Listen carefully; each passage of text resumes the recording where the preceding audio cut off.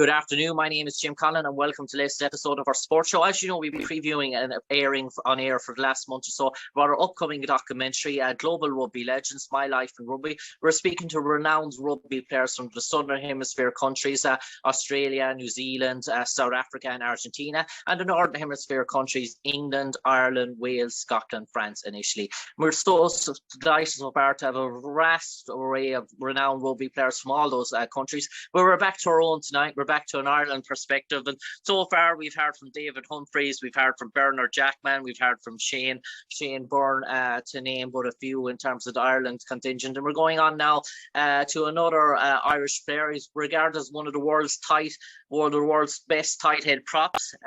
He played for the Lions in the 3 tests in the tour of South Africa in 1997. Martin Johnson regards him as the best player in that sort of series. He's been capped over 46 times for Ireland between the years of 1995 and 2002 with 25 points, and his career has brought him with UCC, Blackrock over to Saracens, 67 appearances for Saracens, 45 points before coming back to Leinster, 24 points and 5 points. And regarded in his time as probably one of the world's best tight head props, the one and only Paul Wallace. Paul, pleasure to talk to you today. And Paul, when you hear all those sort of accomplishments now, does it start to say, crikey, I was pretty half decent in my day? I think the last comment, world's best tight head prop, was probably from my mother. I didn't see who quoted that. Yeah, look, I'm very fortunate to have a great career. I broke onto the scene fairly young. Probably still regret that I was about 29 when I broke my ankle and sort of probably split half of what could have been a career and missed out on further Lions tours and World Cups and that. But I was very lucky and privileged to fit quite a lot in the early days. And more than anything, I was lucky to live in the amateur era, the early professional era, and they were great days on and off the pitch.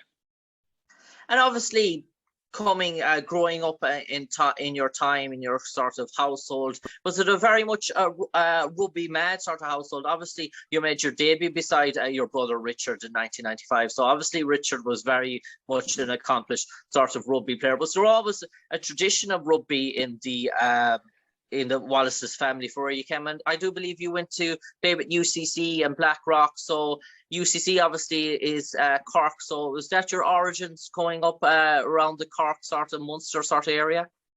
Yeah, we grew up in Monkstown in Cork, and sailing was probably our biggest sport. My dad was Olympic manager for 3 Olympics, and we were, I suppose personally, when I hit about 15, I was my weight was above the category needed.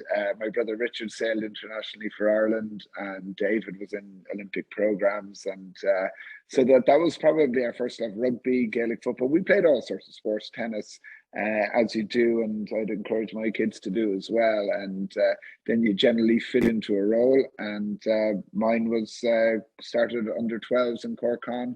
And it went from there in a team that we had 3 players in a World Cup in '95. There was David Corkery, Darragh O'Mahony, and myself, which is from the same 10 guys on an under 12s team, so which is quite incredible. And then I went to a GAA school, Rochestown College, which was fantastic. And again, we had 3 players in '95 World Cup: Darragh, my brother Richard, and myself. With regards to Richard, he was huge for me in getting more professional in my mindset, and he was involved in the international setup. As it happened, I would have played representatively for Irish schools in '89 before he would have got involved in Irish setup. So I was sort of on the ladder, as it were, at that stage. But probably the defining moment in my career in the early days was moving from Cork to Limerick. My father moved work-wise, and went to Crescent College, and basically I was under 16, and for the senior team they needed a prop. I was a back row forward, and there was quite a few back row forwards, so I was the Cork lad, so I got chucked in the front row without any coaching, and it was sink or swim. Good old GA rivalry. Oh, I sunk so many times in the first few scrums. I literally would play 5 minutes or 10 minutes, and I wouldn't come on. But by the end of the season, I was holding my own. And then the following season, got the Irish schools team and played for the next couple of years. And you've had David Humphreys on. They played the second year Irish schools with Dave, who was our captain, who was a great guy as well. Yeah. So persistence, I suppose. And Paul, in terms of, you said growing up in that amateur career, and obviously education by the Tormos was very much important to your sort of family. So obviously rugby at that time, amateur career, not a big sort of, no salary attached, even in the professional era, in the few or first years, what professional rugby players were making compared to football players was sort of chalk and cheese until it gradually sort of grew. So obviously people had to pursue a different sort of, rugby was a pastime and it grew professional living. What area did your parents want you to go down academically wise? What was the sort of route? What was the original sort of dream for Paul Wallace before rugby took off? Was it going to be an electrician, finance, banking? What was the sort of areas as such? Well, I remember my early days, and I was sports mad. My dad sort of pointing out various people who might have played for Ireland or whatever, and financially hard times or career-wise hard times they might have got into, and that how important it was. But it's funny. I would have always put sport and playing. My goal was always to play for Ireland, never even thinking I'd play for the Lions, and that was it. Now, I was lucky to be able to do that in those days and focus primarily on my education, and going. I did economics in UCC, and then went on to work with was then First National Building Society in the marketing and then treasury, which unfortunately did all the hard yards, and then the game turned professional. And funnily enough, when I moved to go to Saracens, one of the things I put into my contract, one of the stipulations, was that I would work in banking. But once I got over there and was training like a full professional, you certainly realised, especially with transit times in London, that it was unattainable. But it's probably one of the regrets of my life that I didn't. But there's no way you could have juggled a working career on those early professional days. You need to be fully involved. And there were a few teammates at Saracens that did both, but eventually they had to make a career decision. And the fact that I was, I think, about 25 at the time, if I was 35, it would have been different. And a lot of great rugby players probably had to retire from the professional game because they had to focus on their careers, families, etc. So I was quite lucky to be not too many responsibilities other than myself and my sporting career. And you mentioned David Humphreys there, and speaking to David, David told me when he made the move to London Irish, he was scouted out by Clive Woodward. That Clive Woodward went to watch him a few times, and it was Clive Woodward that made his move very sort of easy. He sort of persuaded him. In terms of your move to Saracens, was it something similar? Was it a big sort of name in the English rugby game that sort of approached you, sort of sweet talked you, and to try and making that sort of move at the time? Because there was an awful lot of scramble from the English Premier League sides in terms of trying to obtain players from Scotland, Wales, and Ireland as such, because they were close to home in terms of that. Yeah, it's quite unusual how it happened. There was some person whose name I can't remember, an Irish guy who contacted me about going to Bristol. That was the first conversation I had. And then I was over playing Ireland against England, and on the Sunday morning, quite bleary-eyed after a Saturday night out with the team, I met with Rob Andrew to go to Newcastle, and I was having these discussions. And once Saracens came in, and as I mentioned earlier, I guess I was really interested in still working and working in investment banking and going into that, and I was trying to merge both careers, which didn't work out. But at that time, that was my idea, and I thought London was best. And one of Saracens, and once I heard the likes of Michael Lyon, and especially who's become a great mate of mine over the years, and Philippe Salah, were going to Saracens, I think that sold it to me, and the vision that they had.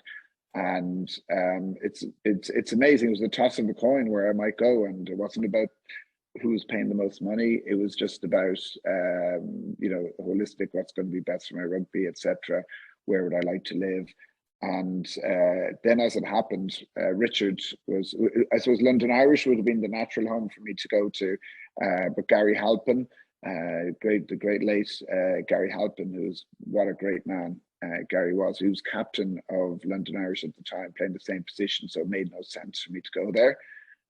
Otherwise, I probably would have, because there was about 7 or 8 of the Irish team went there and had a very good time, I think, on and off the pitch. There's a very enjoyable culture there, and especially in those days, I would have been lovely. But as it happened, Paddy Johns went to Saracens, and then my brother Richard was approached by London Irish and latterly by Saracens.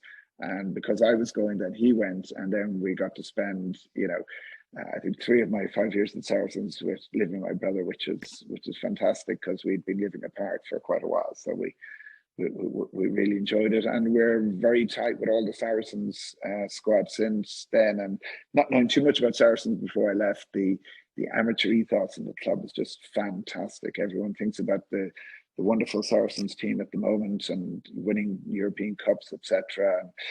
I suppose the bad things with overpaying players, which I don't think is ever a bad thing in rugby, because I don't think for the limited career times, players are paid half enough. But to be vilified for that, I thought was a bit harsh, especially when you see what's happening to the likes of Ross and Worcester and Nigel Ray in particular, who the most selfless man in the world, has put so much money into that club and English rugby to develop those players. And not just English rugby, other international players who have careers there and genuinely look after the players during and post-career. And I suppose, Paul, I bring you on to Ireland. So in that debut with beside your brother against Japan in sort of 1995 in the Rugby World Cup, getting to make your debut in a Rugby World Cup, that's sort of unique. It's sort of special as such. Most players make their debut Six Nations, Autumn Series, challenge matches, but you're thrown into the heart of a Rugby World Cup in 1995. Obviously, we're all known for the Springboks success there, and South Africa sort of such. But what was that? Were Ireland going through a sort of stage where it was sort of mixing new, mixing old, blooding in the sort of the World Cup in terms of that, in terms of their own sort of ambitions? Their ambitions wasn't probably to go out there. Every rugby player would say their ambitions to go out in a World Cup, you're there to win it. But in terms of Ireland, was it sort of different in terms of, in years gone since, we have gone out there with real realistic ambitions to get to the last one or something? But back in 1995, what was the ambitions for the Irish rugby team? And do you found yourself, was it a case of, well, he's a real exciting young talent, we need to throw him in there and see if he sinks or swims? No, I think Gary Halpin was the senior player. I was 23 years of age, and in prop terms, till you got to about 26, 27, you didn't really get a look in. If you were a winger, you could be in at 21, but at 23 was very young for a prop to get into the Irish team at that stage. I think we were very slow in Ireland to push forward, as it were. Quite unlike what's happening in these days, you had to build up a reputation over the years before you'd get a look in. I played against Japan, and it was basically to give Gary a rest. We played New Zealand in the first game, and Gary scored that famous try and gave the famous 2 fingers to the New Zealand team, and got the reposts, especially through John Aloma, who my poor brother Richie was marking the unheard of John Aloma, who we were told we should pick on him by kicking the ball up high to him, putting him under pressure, and that didn't work out too well for us or any other team that year or the following years. Then the Japanese game came along, and I was very fortunate to get in there. It was probably a good game for me. They wouldn't be a strong scrummaging nation, and I was told that the big playoff game was at the end against Wales to get out of our group, that if I scrummaged well, I'd get into the Wales game. 2 pushover tries, but I never got a mention when I came to the selection for the Wales game. But it certainly got me up for it by telling me I had a chance to get in for the Welsh game in the quarterfinal. When we did qualify from our group by beating Wales and becoming second to New Zealand in our group, we had France in Durban. We were brought off up to this wonderful, I'm trying to remember the name of the place. It's a leisure retreat outside of Johannesburg, and Sun City, and we had a wonderful time up there. But I remember even at that young age going, why are we getting downtime when we should be preparing to win a quarterfinal? And it's a game we probably could have gone and won. France would have always been favoured to beat us, but it was a game that actually was quite close in the end. And I just don't think our focus was there. And maybe it was just a relief. All you had to do, guys, was get out of your group, get to a quarterfinal. Certainly not going to be the case under Andy Farr going to this World Cup. But we've, Ireland have not really succeeded in any World Cup to date. Obviously, we haven't gone past the quarterfinal. Semi-final, our final is really where we need to be aiming. And we're just very unfortunate this year. We've got the toughest draw we've ever had in having France, New Zealand, if we come out of our group, and of course we've got the mighty Springboks in our group. So the top 4 teams in the world basically on one side of the draw. So to get to a final is hard, but to win a competition, you got to be able to beat everyone. Yeah, on that note, and I'll take you on now, Paul, to the Lions tour in South Africa in 1997. So 1995, you're making your debut. 2 years later, you're on a Lions tour in terms of that. So the rise was pranic, I suppose, on the back of 2 really good sort of 5 Nations tournaments, as it was known then before Italy sort of joined in terms of 6 Nations. Was it still a shock to your system when you got that call, when you heard you were going to be a Lion? You're thinking, crikey, I've only played 2 years ago, I made my debut. And some players have to wait 7, 8, maybe 9 years before they get that opportunity to be a Lion, given that it's a 4-year sort of cycle. And was it just the timing of when it came around that everything sort of fell into place? Well, you know what? I don't want to come off as sounding arrogant now, but I always had lots of self-confidence and my confidence in my own ability. So I always believed that I should have been going on the tour in the first place. I didn't get picked initially. And there was Jason Leonard, who had played in the Test series the tour before, and 2 tours before that, Di Young from Wales played, and they were there. And they were, and then Peter Klaus, who got picked ahead of me, he was down, and myself and Peter were having a great old tussle for the Irish jersey. And Peter had picked up a ban and was playing down in Australia. But I thought my form warranted that I should have been on the tour, and I'd heard rumblings through the club that I was certainly in the picture and had the meeting. So when I didn't get selected after our last 6 Nations game, which generally decides if you go or not, it's funny how you play a whole season, and back in those days it's 45 to 55 games a year. It was a ton of games we were playing, and it all came down to your last 5 Nations, as it was then, game, which was against Scotland, against the great Tommy Smith, God rest his soul, and Tommy was more unheard of than I was, and newer to the scene. And I thought I was going to have him for breakfast. Couldn't budge him. He was like, Tommy, brilliant around the park, but he just could not budge the guy. And Tommy got in the tour, I didn't. So I like to think that the fact that I didn't get on the tour got Tommy on after that performance. And I guess when I did get the call up, which was only a few days into the training camp in London to replace Peter, it gave me a real chip on the shoulder. And I had a chip on the shoulder. I had no expectations with Jason and Di being the old experienced hands that I'd have any chance of getting on, but I had every belief that I was better than them, and I was going to go out and just play my heart out and play my best for the team and the jersey and show everyone that I should have been picked initially. But to get picked in the Test series, well, I was shocked when it actually came about and it was announced. I was, wow, God almighty. Yeah.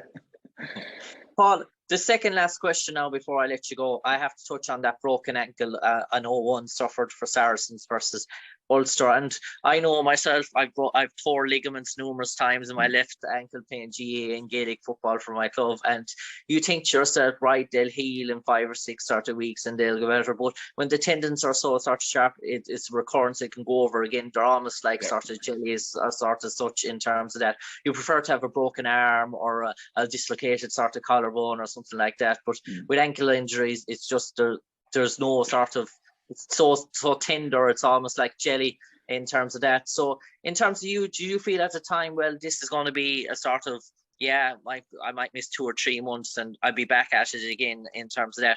But it was sort of, it was persistent, it was ongoing, it sort of never left you. Yeah, I had, it was a frozen pitch, and my brother Richard had finished his career in a frozen pitch playing for Saracens in a early round of the English Cup, which up in a place called Morley, and which is a disgrace that the game ever went ahead. And the same in Ravenhill, that game should never have gone ahead. Before the game, we all went. It was in January, you know, a nighttime kickoff, and we're walking around. We went, this pitch is frozen. We shouldn't be allowed on it. And the game went ahead, and took a quick ball, and I was actually playing the best rugby in my life in the build up to it as well, and I would have been led into the 2001 World Cup. And at that stage, Irish players had been who were overseas had been basically dropped from the Irish team because we were playing overseas, which was completely unfair because we were all under contract and couldn't do anything about it. So I had a real point to prove, and it actually got the best out of me being dropped. And you know, so it was quite unfortunate, the timing. I was 29, just hit my prime, and yeah, I just really bad twist on the ankle. It went on basically back to front, and I remember our physio, who I lived with, Nigel Rowe, a brilliant physio from New Zealand. He came onto the pitch, and I was holding my leg up off the ground with my toes pointing towards the ground. And because I was holding just by my knee to keep my foot off the ground because it's pointing the wrong way, he goes, "What is it, Wally? Is it your knee?" And it's a moment that, through all the pain and the stress, the clarity that came, I went, "You effing F." I put some back to front, and I actually nearly started laughing in the middle of it. But yeah, it went off. They messed up with re-putting it back in because I was strapped up and didn't cut through the sock. And I think that created a lot of damage to the cartilage in my ankle.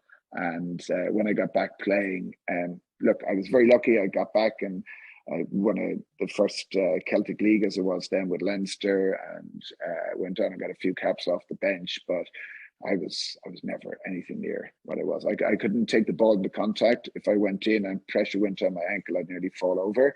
I know Conor O'Shea, who had done the same injury about a month beforehand, and I don't think Conor's was as bad as mine, but he couldn't come back playing. If I was a back, there's no way I could, but just being a prop, I had to. But it's probably the proudest achievement in my career was the way I came back and fought. Like you had to ice about 4 times a day. I was driving out to town, special physio sessions.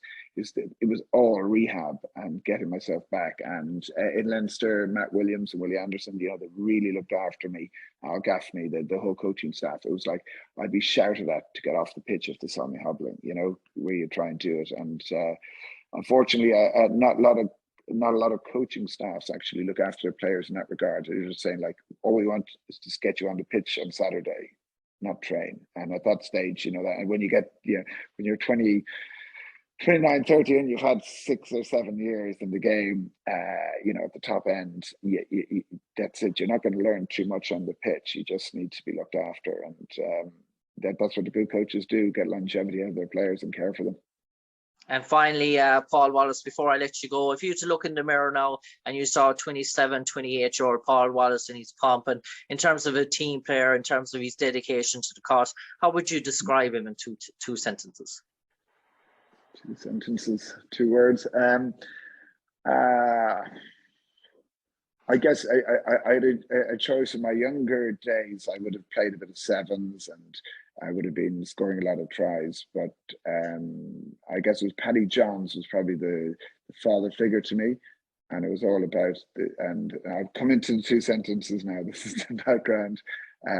It was all about playing for your teammates. So if I could put it in a phrase that I love about rugby, and I'd always try and push on to people, is if you try and make all your teammates look good, they'll make you look good. On that note, Paul Wallace, thanks for joining us today. And a stellar career from 1995 to 2002. Played for Ireland 46 times, 25 points. Played for the British and Irish Lions and 3 times as well in that tour of South Africa. Played in the Rugby World Cup as well against 95 Rugby World Cup. Played numerous games for Ireland throughout the 6 nations. And thanks for talking about the highs, the lows, obviously that ankle injury. But it's great to see that you're probably still recognised as one of the world's best high props in your sort of position. A really stellar career, and thanks for sharing your memories with us today, Paul. Absolute pleasure. Thank you. All the best. Bye now.